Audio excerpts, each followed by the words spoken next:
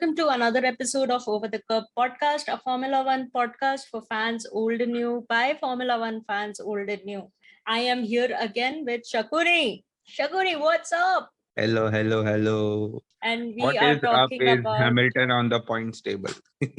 Hamilton on podium. We are, of course, talking about Canada. How Yes, good is it to be in Canada? Like, it how is so good good. is how good as Mercedes fans? How good is it to be in Canada? It's Canada has to be like Mercedes royalty because one or the other way we do something good in Canada. So I am happy. I mean, the place where Lewis Hamilton won his first ever GP. Yes. Yes, Canada. We'll I get think to it. Canada should just provide Hamilton like a citizenship or something.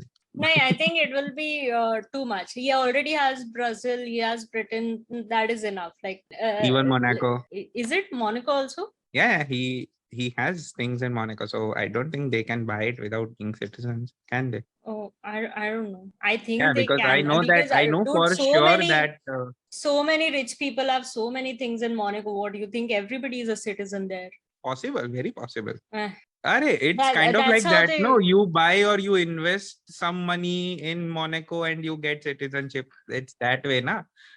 Kind of like this Antigua and Barbados and those places. They also have the same thing. You talk as if I'm a multimillionaire. I'm not. I'm Uh, not even a single millionaire. So it's not okay. yet, anyways. So It's okay. I'm just waiting for this podcast to go wild. Then I Yes. will. So, Okay. Lewis Hamilton, if you are listening, thank you very much. Please And sponsor the podcast. yes, please sponsor. Please sponsor the podcast.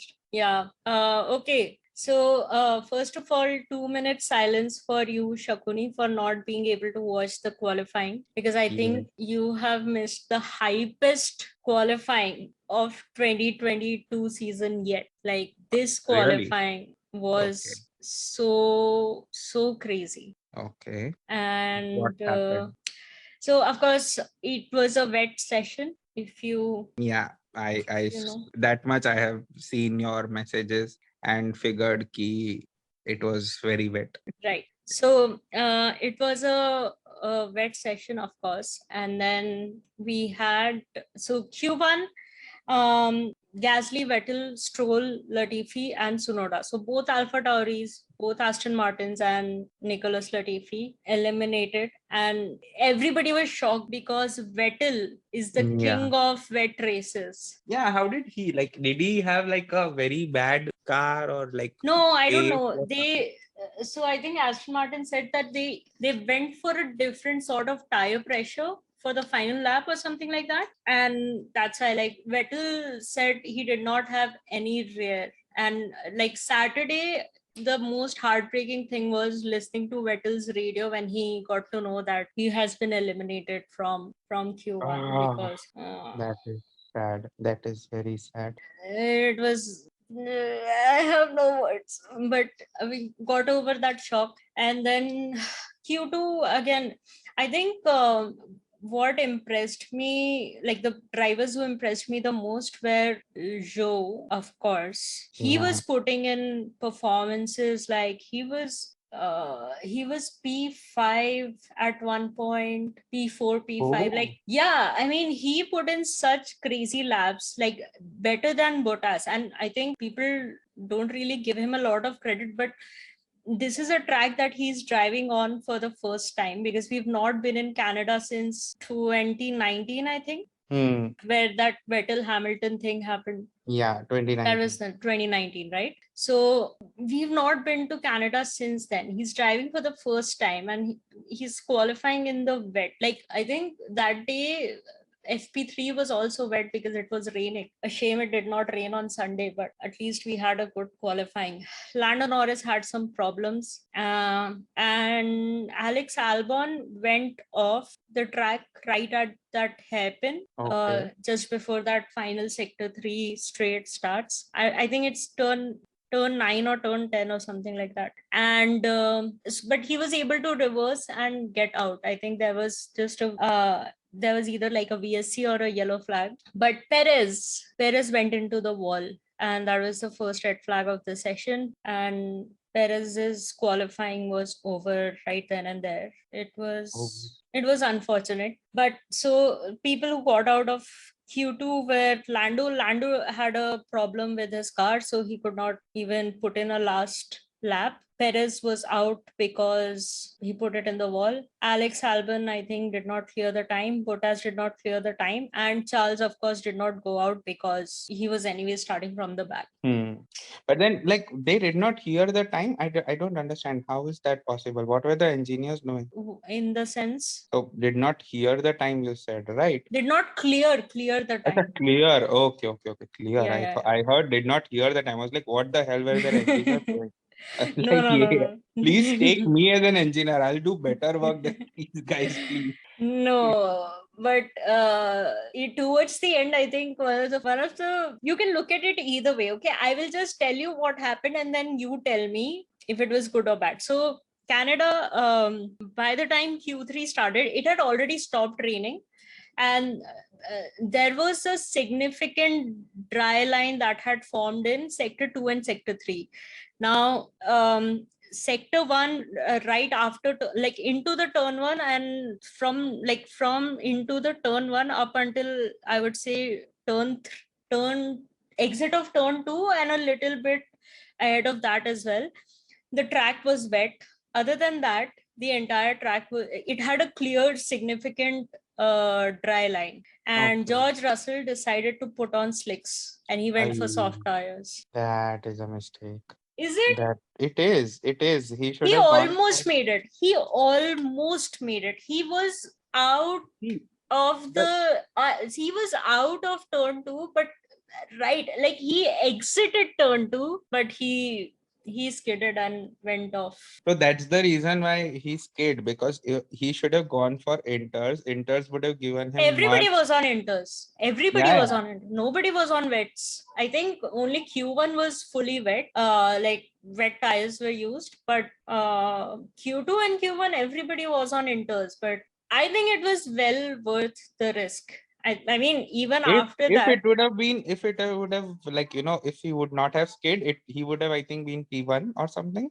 But the chances of him skidding are very high because the slicks have zero grip on wet surfaces, even damp surfaces. So see, the way I see it is he only had to get out of there, and he almost did. Had he been able to control that car a little bit more, the rest of the entire track was dry for him. Like that dry line was very clear for him to actually get the pole.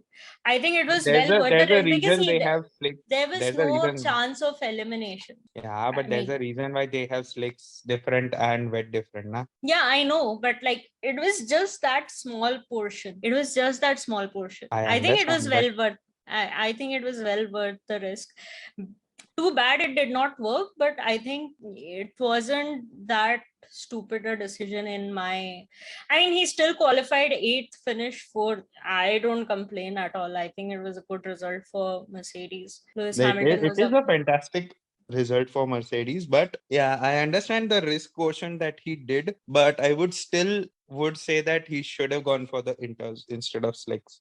No, I think if he would have qualified ahead, there would have been some team order shit in Mercedes this weekend. No. I don't think it would have happened. No, I think if he completed his lap on inters, he would have been either second or third. He could have been. Yeah, so he would have gone for the first victory, huh? No, I don't think he would have been able to catch up with the red. He would have been able to. No, I seriously think that they would have done something to ensure that. No, the setup was frozen, no? Park for me. Setup, you can't change the setup. You can't do anything to the car after that. No.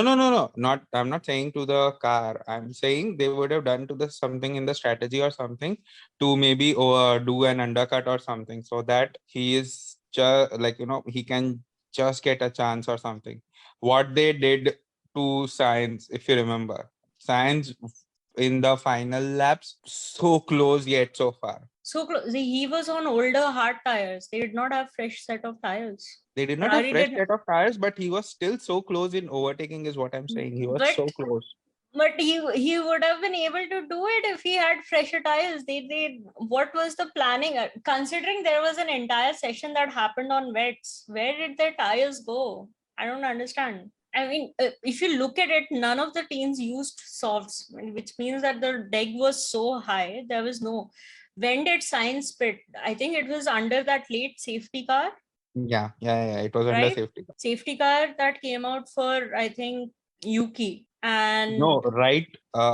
No, wait. It was before yeah, you. no, it was for Yuki because Yuki went into the wall right after pit exit. So that was a full safety car for Yuki. Yeah. It was under Yuki. It was under Yuki. I Yeah. keep on thinking that someone else also crashed, but it was No, Yuki. no one crashed. Yeah, I yeah, think yeah. It was Yuki. It was Perez Yuki. and Mick Schumacher had car failures, and those two were virtual safety cars, and Yuki's was full safety car. So yeah, but it was well later into the race. I think it was some 20 odd laps to go, Yeah. and they still did not. Nobody went for softs. Like people pitted. There were a lot of drivers who pitted, but nobody went for softs. You would think a soft tire would last 20 laps. They could have lasted, yeah. But no one did bid for soft. No one went for slow softs. This is one race that I've seen where nobody used soft in the entire race. But anyways, yeah, good qualifying result for Mick. You That would be was good. very happy. I mean, it was unfortunate that he could not at least fight. I'm not saying that he would have scored points because he did lose a couple of places at the start of the race. But yeah, I think he had a decent chance to get those points. But unfortunately, car failure, and I mean, he kept it out of the wall, so that's something. And yeah, Alonso P2. Let's talk about Alonso P2 because I mean it's Alonso P2. I Happy think to see Alonso on P2, agreed, but would have liked if he would have fought for the podium finish. I think a lot of this Alpine hype is also because a lot of the cars in the midfield are slow, and it's also because of like sure the Alpine has good straight line speed, and it became more prominent because the last race we had was Baku. Like that race is just straight after straight with some twisty turny, like two very long straights. And Same for Canada, like a little same for Canada as well. no, Canada is not also very good straight. just that third sector, right? Yeah. No, also in the first sector also there is a very good straight. Not as long, but yeah, there Yeah. is one straight. But I mean, sure. But I think Alonso's car had some problems also. Hmm. Something. Alonso's car, I'm not sure. But yeah, No, it no, is I heard. difficult to overtake the Alpines, that's a for sure. Yeah, Charles meted. Okay, so we're done talking about qualifying. Yeah. I think it was an interesting qualifying, and everybody waited with like I was like, oh my god, can it happen? I still think Russell's risk was well worth it, even if it did not do anything, but it's okay. He tried something, he did not Yeah, succeed. it's worth it. It's worth it. Like if it would have Yeah, there been was if he had done this in Q2, I would have been like, that was stupid. Like, sure that Mercedes is making progress, but you'd want to start as high up as you can in qualifying. Like, you'd want to qualify as high up as you can.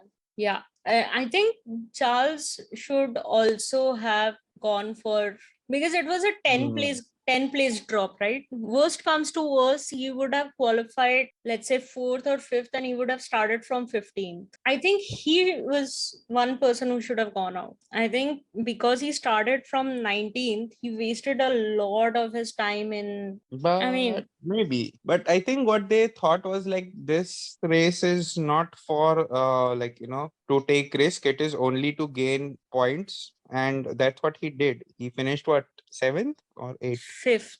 Charles? No. No, no, no, no, not fifth. There were two Alpines Seventh. na in the after the No, Mercedes. no, Charles was fifth. Okay, Max, Carlos, Lewis, George, and Charles fifth. Yeah. He Oh, so finished he fifth. overtook both the Alpines. Yeah. Towards the end, he was able to, but again, that's what I'm saying. Like, he wasted so much of his time. There were two DRS trains that form. One was behind Stroll, one was behind Alex. He wasted a lot of time there. He wasted a lot of his time because he was stuck behind Esteban Ocon.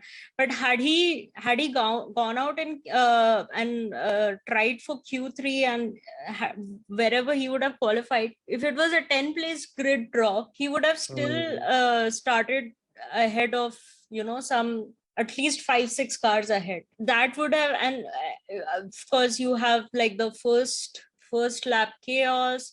Somebody might do something and they might have to stop for changing their front wing or something like that. There are always so many things that can happen in a first lap where you might gain a position advantage. And I think I know for Ferrari a lot of it was damage limitation, but I don't think that that Ferrari is so slow that it could not have made its way all the way to the front. I think he should have tried for Q3. So anyways, let's come to the race. Pretty boring first lap, I would say. The minute Max was leading, I was like, oh man, this is going to be a boring race, because Fernando Alonso was. So I was under the impression that Lewis would go to P3, Max would be P2, Fernando would be P1. Carlos Sainz would fuck up his start, and maybe George would be either fifth or sixth because he would make up places or something like that. This is what the picture I had in my head. But Sainz had a good start. He stuck to his third position. At least like every other race, he fucks up his starts and then does a recovery drive. And this time he was like, no, I'm going to do it right. I'm like, why? Like, just make this race spicy. But it was good. It was in no way like a boring race. It was interesting. It was fun. And I think kudos to Mercedes and kudos to Lewis. This time they did not hesitate pitting under safety cars. Like, every time there was a safety car, be it virtual, be it full safety car, they pitted. They were like, yes, we can pit, we can take those risks. I think Lewis is learning. I think he's seen how many times George has had that advantage. And I think just generally throughout the course of the race, they could feel that the car was doing well. So I think Lewis was more confident of, because they did not waste any time. The minute there was a safety car, they pitted. And which was good because they saved up on a lot of time in pit stops. But speaking of time saving, how bad were the Ferrari pit stops? And we'll get to McLaren in a bit. But like, no, but my question is, who is the Indian in the garage? I want to know. Yeah, how is the sellotape and duct tape coming out every race? I know. How is this now becoming, or like, has it always been that way and we are just getting to know because what happened in Baku with the duct tape? I don't know. They just Like, came I up don't with even know. sellotape. This time it was not even duct tape. It Duct was tape, sellotape. yeah. It is. It was sellotape. I use it to bind the papers and all. They use sellotape on an F1 car. Why? I don't know, man. It's mind-boggling that that is. I mean, This is so much fun. This year it is so full of jugaad. I'm loving it. yeah, and I'm man, just wanting to understand who is the Indian or the Gujarati in the garage. Like, what is happening? I don't know, man. Whatever it is, it happened. It happened. That's all I can say. But the pit stops, Ferrari. Okay, so I have this book club thing that happens on Kautuk's server, and we finished the book club, and by the time we finished with it, the race had started. And coincidentally, everybody on that call was also a Formula One fan. Oh, nice. So I was sort of on this VC the entire time when we were watching the race, all of us. And my God, I got so frustrated, and under those pit stops, I was like, Ferrari, what are 3.7 seconds? Like, your driver is trying to go from the back of the grid to front. How can you do 3.7 seconds? I have no words. Ferrari needs some good people in the garage. Ferrari needs to remember what Ferrari is, or rather what they were. Like, they were a formidable force back in early 2000. And I mean, like, we have no words, no words, no words. Like Monaco, like that strategy was fed to you by your driver. You should, only thing they had to do was say, oh, you know what, this sounds like a good idea, we should do it for Charles as well. That was their only task. Just arrive at that conclusion. I mean, pit stop. And then Ferrari. Ferrari And does what Ferrari does. yeah, and I mean, you know how I pray for a Red Bull DNF every single race. When Perez stopped, I shouted, wrong Red Bull. That's not the Red Bull I want to. Oh my God. It was so much fun. It was, live commentary is so much fun. Like my entire frustration was so evident. Let's talk about the most frustrating thing in that in the pit stops, which was McLaren. Oh, the best pit stop of the season. I What have was never that? seen. Like, okay, you wanted to double stack.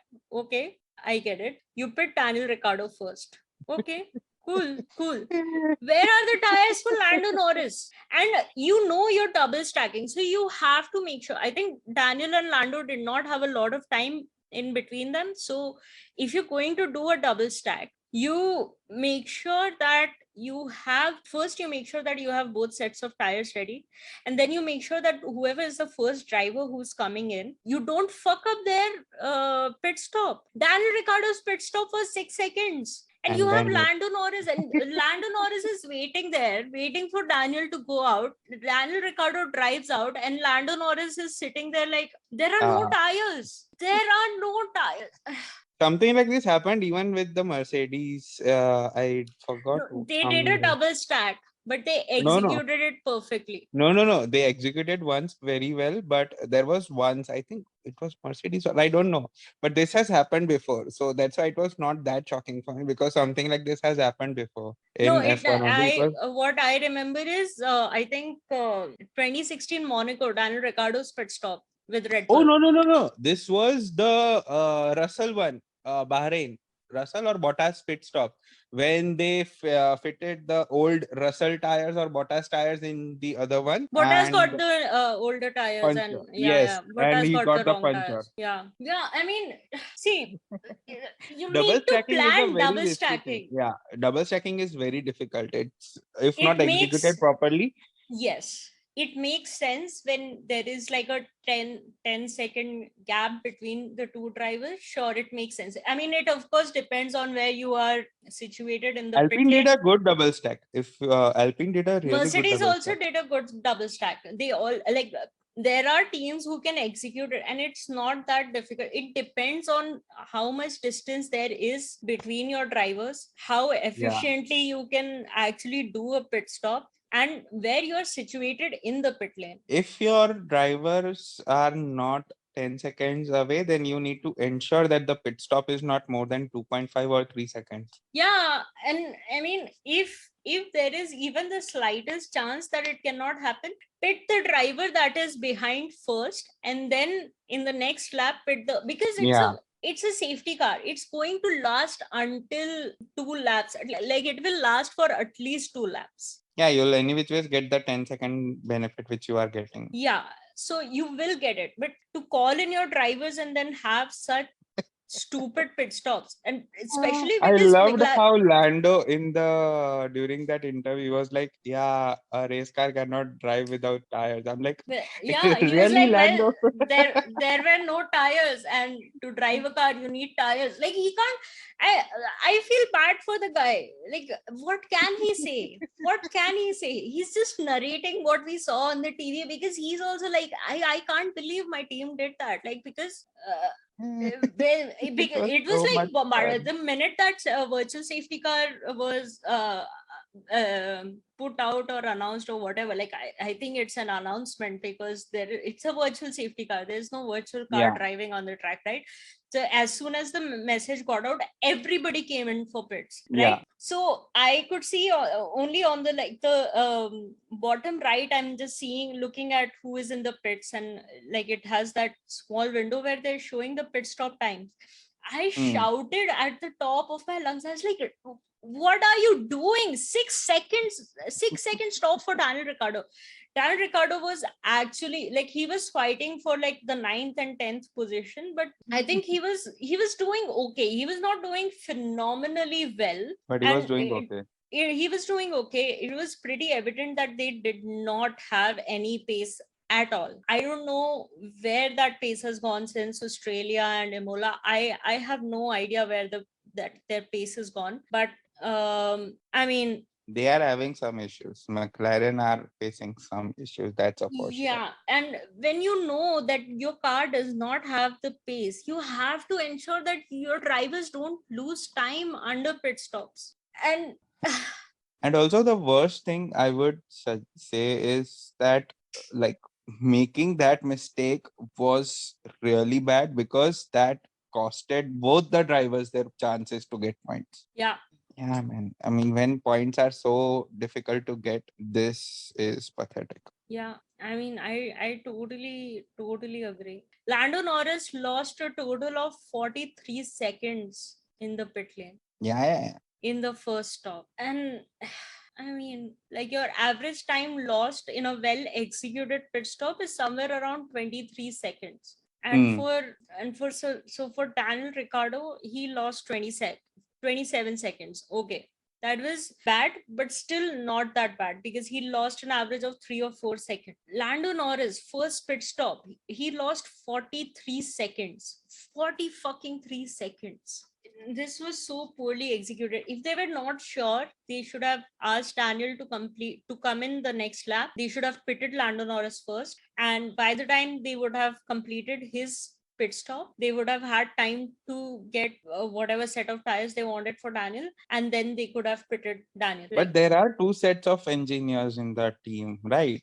So No. There is only one pit. Only one pit crew. Yeah. I'm sure. That is why they have to double stack. Otherwise, there will be no question of double stacking if there were two pit crews. No, but then what I'm saying is that at the Ricardo's tires and everything, at least he does not have the pit crew, but he has the engineers, right? Is what I'm saying. That's what I'm saying. Like the team thinks, I don't know what Andreas and Zach Brown are doing. I don't know what they are doing, because this is such a bad call. And like, at least from Baku, you see, like, McLaren has made such bad calls when it comes to strategy. I don't understand what has happened. I really don't. And it's sad. So, but I mean, I don't know, man.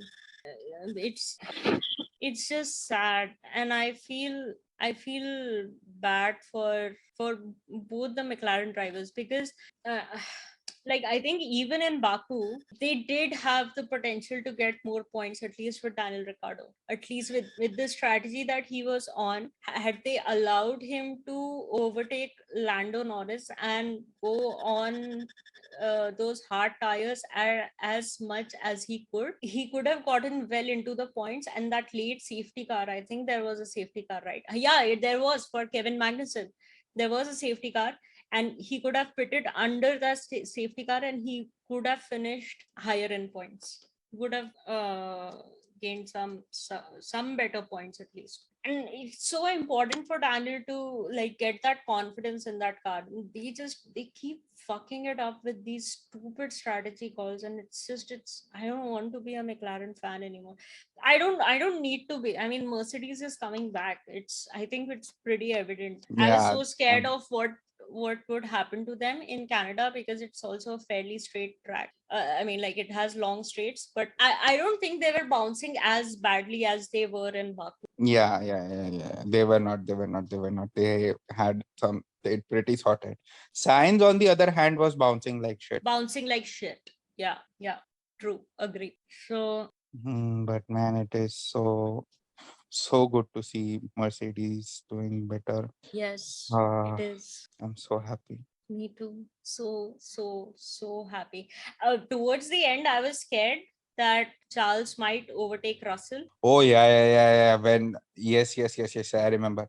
Oh yeah, Charles overtook Ocon. I remember this. I remember this just now because I remember praying, "Okay, please, Russell, if it comes to, please defend like a lion. Please don't lose the position, Yeah, please." I tweeted that from our account. I was like, Alonso in Qatar 2021. Tell Esteban to defend like a lion. 11 races later, Esteban defends like a lion. Because that defense against Charles was good. I mean, granted, Charles was losing his tires. But still, I Mm. mean, he was in a fucking Ferrari. It's one of the best cars on the track. Like, One of it's, the fastest cars on the track right now. yeah. And it was a bit shocking for me because I was like, sure, I get it that your tires are going, but Ocon did not have DRS in the last sector. Like, Charles was very close to him, so he had DRS, but Mm. Esteban did not, and he was still not able to. And that's why I think he should have gone out in Q3, because he would have started at worst, if it was just a 10 place grid drop. If it was like he is going to start at the back of the grid no matter what he does, then I can understand. But I don't think Mm. that was it, because what I heard was that he would get a 10 place grid drop. I think it still works. So if Charles had gotten pole in qualifying, he would have started 11th, and that would have made his task a lot more easier than starting 19th. Yeah.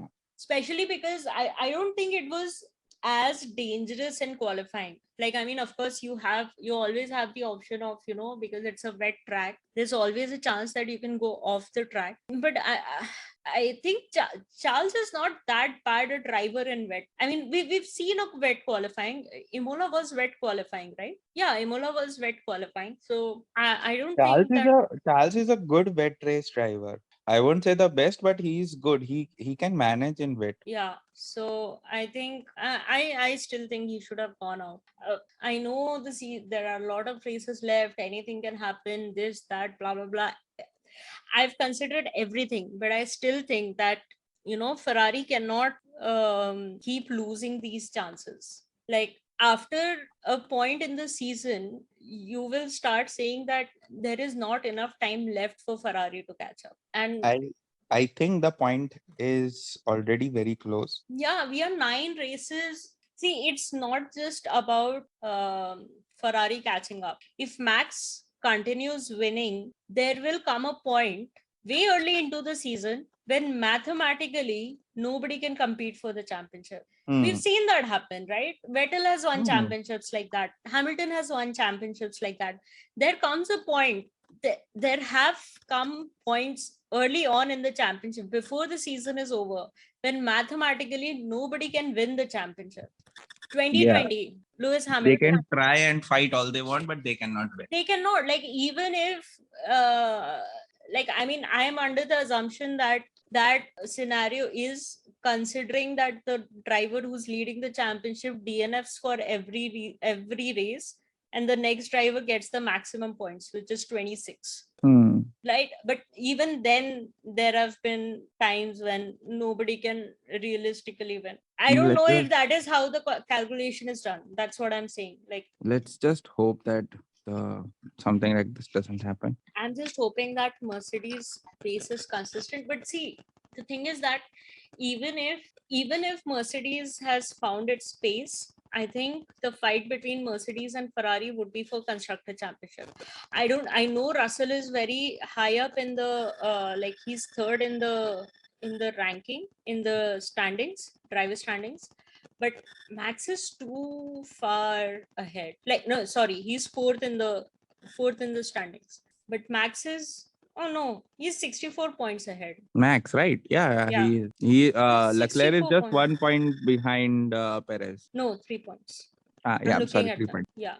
Three So points. 3 points. Charles is 3 points behind, and George is 64 points behind.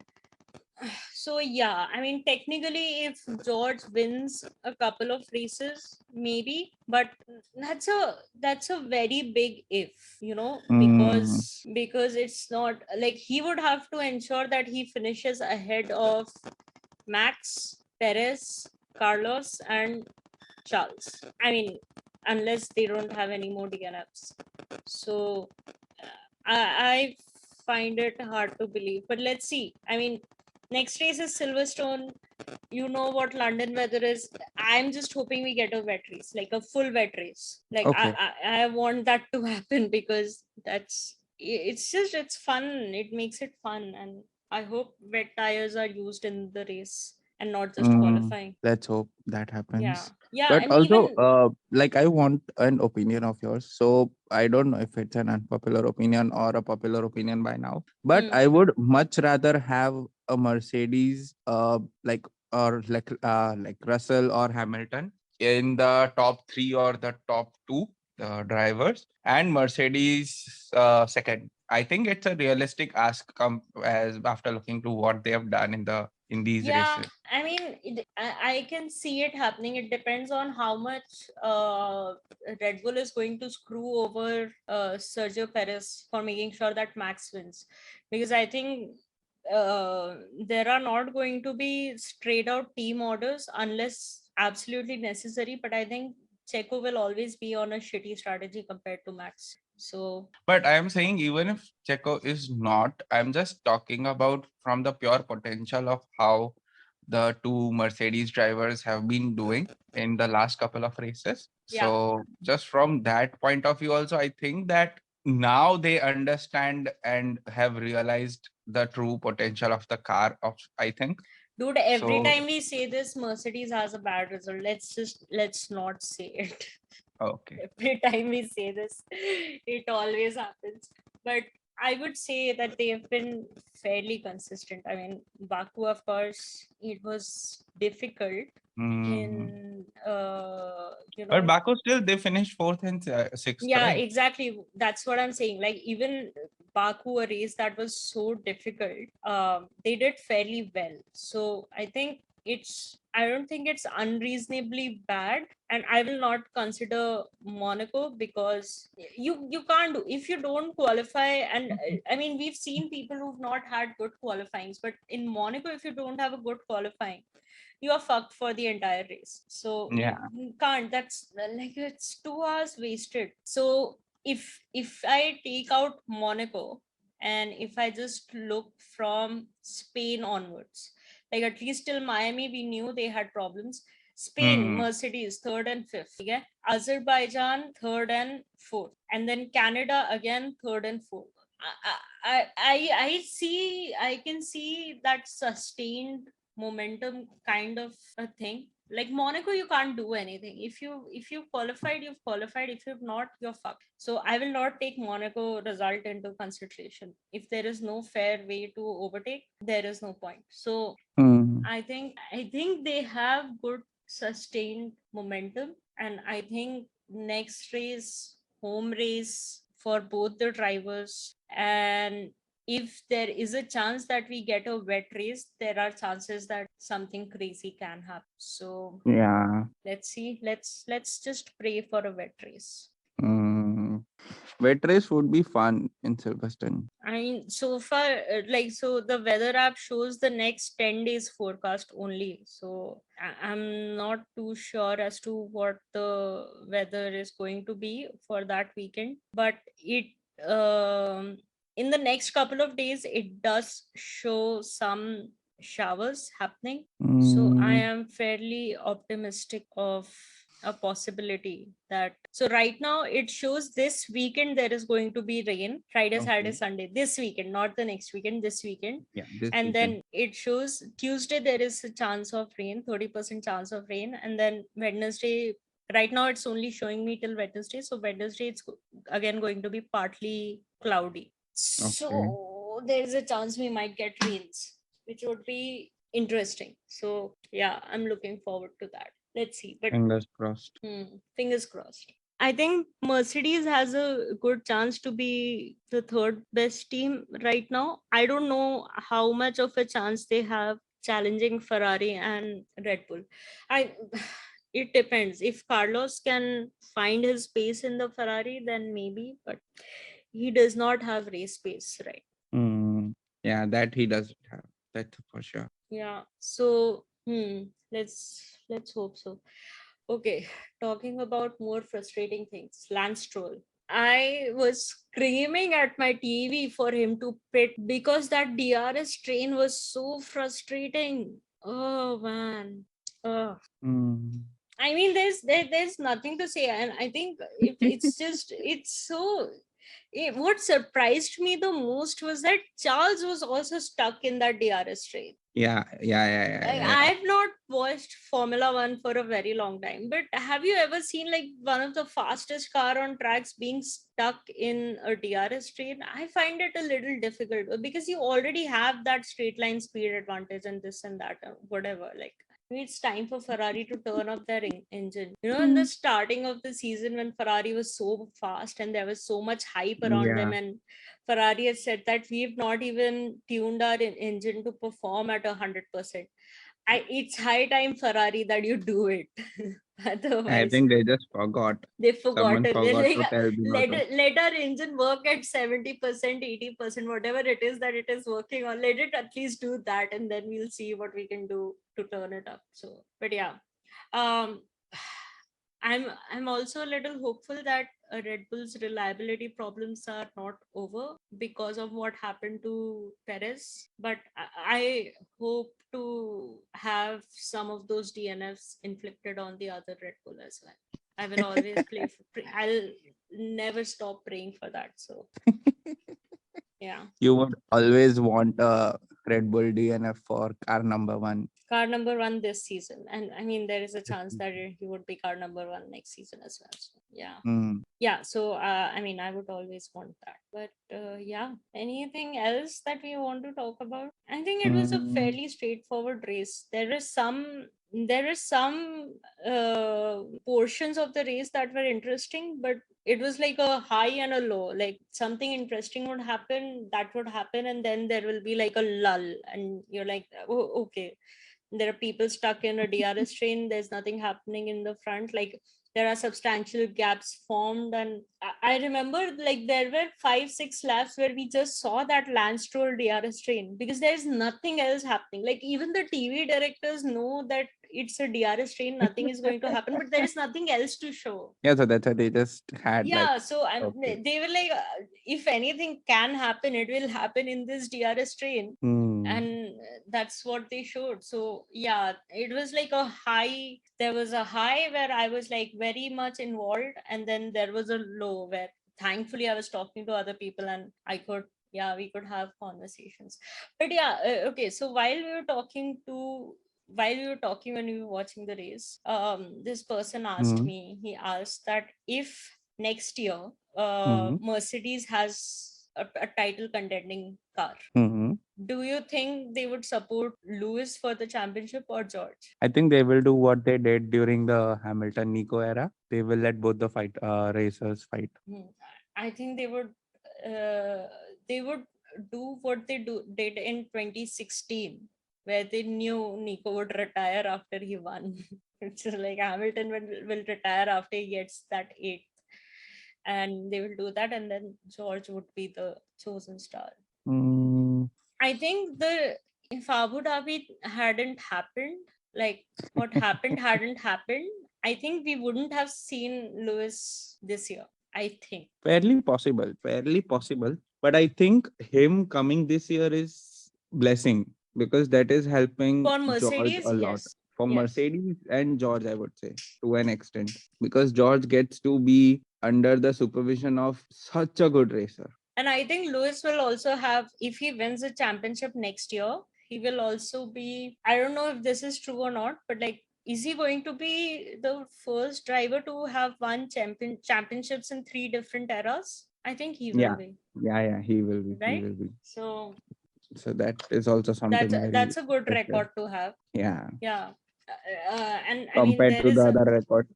yeah, there is there is still a chance that, this is not the last Lewis Hamilton that is going to come in the sport, right? There are Yeah, that's a always for going to, sure. every generation is going to see a great at some point or the other. So this is not the last Lewis Hamilton. And I mean, I think there would have been a time when people would have thought that Schumacher's record will also not be broken of 7 championships.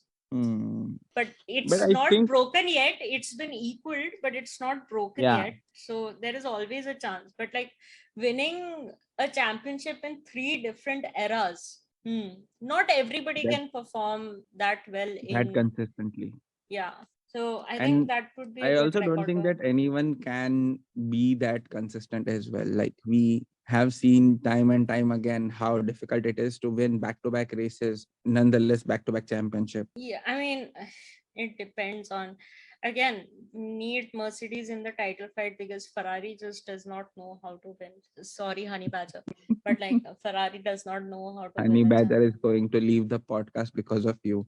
In every episode, you have I'm said sure he something will about agree with me. Ferrari. I'm sure he's as you know what? Let's go on the chat right now. I don't know if he's awake or not, but let's ask him. I'm sure he thinks the He is same not way. here. He is not here. He's not here, but like on the chat. Yeah. Okay. But like our group chat. Okay, I think he's not even Mhm. online, but we'll ask him tomorrow. And yeah, I'm telling you, he probably thinks the same. He is perhaps more disappointed in Ferrari than I am, because I've started following, I'm supporting them this year because Mercedes was not good, and I was like, I'm not going to support Red Bull. So like, I mean, that's the only reason I am supporting Ferrari. So yeah, so he's probably more disappointed, and he's probably going to be more harsh than what I am to Ferrari. Hmm. So he's going to agree with me. Yeah, he wanted the Ferrari double DNF in Monaco. Yeah, he was anti-jinxing Charles for Monaco, but like, yeah, I think Honey Badger said that he wants Ferrari to win the constructor championship, and right Yeah, now I think Ferrari is in a place where they might come third in the constructors. constructors. So yeah, Because Red Bull has consistency and Mercedes has Mr. Consistency. yeah, I mean, Mercedes is just 40 points behind them in constructors right now. Damn, that's Just just 40 one points. race. Just 40. Another double Ferrari DNF and they will pass. Hmm. And I mean, at least since like Mercedes, the only race where both the drivers have not scored points is Imola. For Mercedes? Yeah. No. Because no, Charles? Lewis was stuck in that DRS train at the back. But Charles, I'm sorry. Russell finished in No, some. that's what I said. I said Hmm. in which both the drivers have not scored points. Okay. Yeah, or So else Hamilton has always been in points one or the other way, like in one or the high or other, in low. yeah, even if he finishes 10th, he's still scoring Yeah. a point, right? Even So though he doesn't consider 10th as a consider 10th point. as a point. But But yeah, I understand your point. So yeah, so if they carry this momentum, and I don't think they've lost that momentum, like if nothing else, they are at least consistently getting points. Like even if they are not at the top, they are at least in the top 10. yeah. So the only race where they did not have both the drivers was Imola, which is just because it's a shitty track to overtake. But all things aside, I think there is a good chance that by the end of the season, we might see Ferrari finish third in constructors. Yeah, it is very possible. If they don't improve, then yeah. Yeah, because I think I'm not sure if this is going to be true or not, but I think so, that if there is a next big set of upgrades that are going to come, they are either going to be in Britain, which is Hmm. Silverstone, because that's home for majority of your racing teams. You don't have to pay a lot for freight and everything, because it's easy to get those upgrades there. Or worst Okay. comes to worst, it's going to come somewhere in the second half, maybe Spa or Monza or something. So yeah, Okay. I mean, typically I would say Spa because it's a balanced track. So it's a good way to test it. You have a good straight towards the end, the last Mhm. sector, and then you have a good twisty turny sector 1 and 2.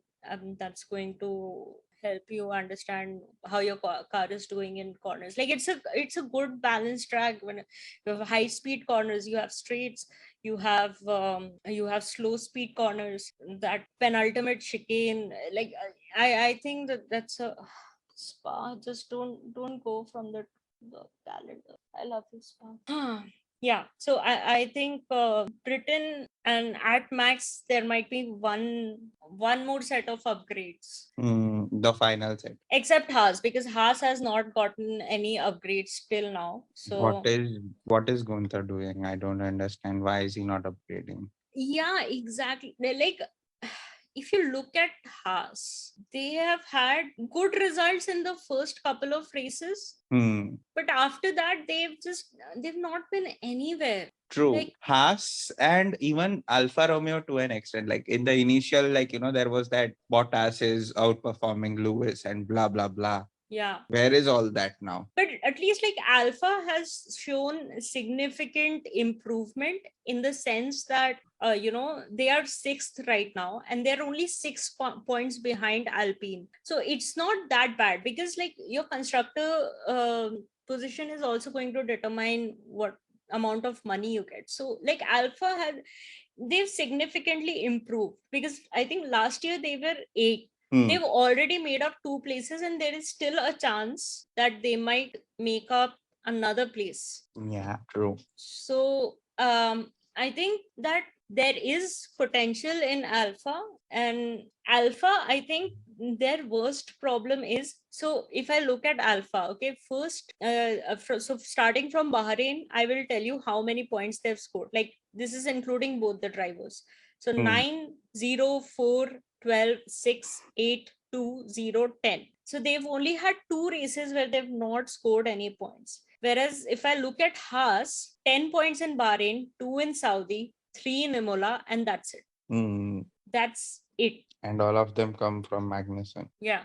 And so, sure, they are not last, they are second last. That I don't think that's an improvement. And I think they do have, I mean, sure, they are only 1 point behind Aston Martin. But again, Aston Martin, the advantage is that we give a lot of shit to Lance Stroll, but he's at least still able to do something. Like, let me look at how many races Aston Martin has not scored. Aston Martin has not scored in 4 races out of 9. They've not scored in 4 races. So that Okay, that's a good ratio. yeah, that consistency is important. So yeah, I think, I don't know Haas what the reason for them is to not bring upgrades, but I think it's high time they should, because other teams are improving. Yeah, they need upgrades and they need upgrades ASAP. Yeah, so I hope they bring something in Silverstone. I think a lot of teams will. I think McLaren should bring upgrades. At least they should understand what is wrong with their car. I think they will. I think they will bring upgrades. Yeah, and I mean, of course, the new technical directive that has come for the porpoising issue, that is also going to have some effect for these teams, right? I haven't had any time to research upon that. If I do, maybe we can do another episode on that over the weekend, but like, I've Done. not had time to go through it. But yeah, that is also going to change a lot of things for the teams that are facing porpoising, which, in all fairness, is like every team except McLaren. Red Bull has controlled it a lot. Alpha has controlled it a lot. Yeah. And with the exception of Mercedes and Ferrari, which like these two teams had the most extreme form of porpoising, but the other teams are also suffering. It's just very track dependent. So I think that is also going to cause some changes. And while I don't know the specifics, I think kudos to FIA for not bringing in an upgrade in such a way that is going to take away from anybody's advantage. I think what they've done is, from my little understanding, is that they've given a limitation as to how much your car can porpoise.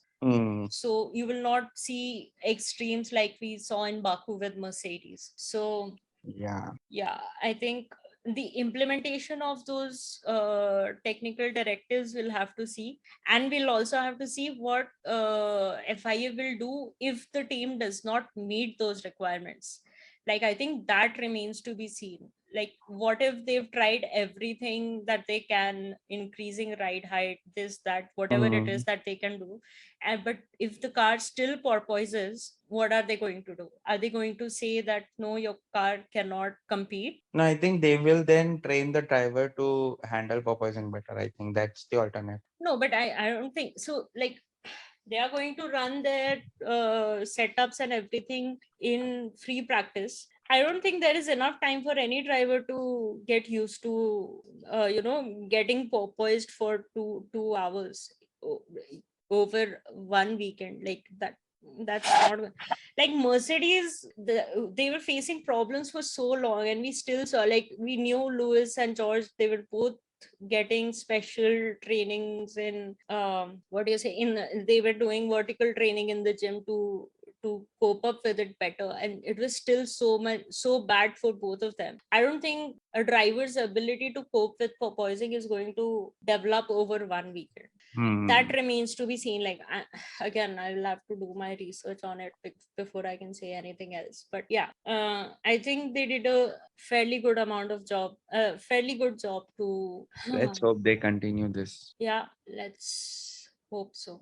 Anyways, it feels weird praising FIA so much, but it's okay. Better than not praising them at all. So Yeah. all right. Oh, damn. We have to do predictions, right? Yeah. I don't And I have need any. to start maintaining my notebook again.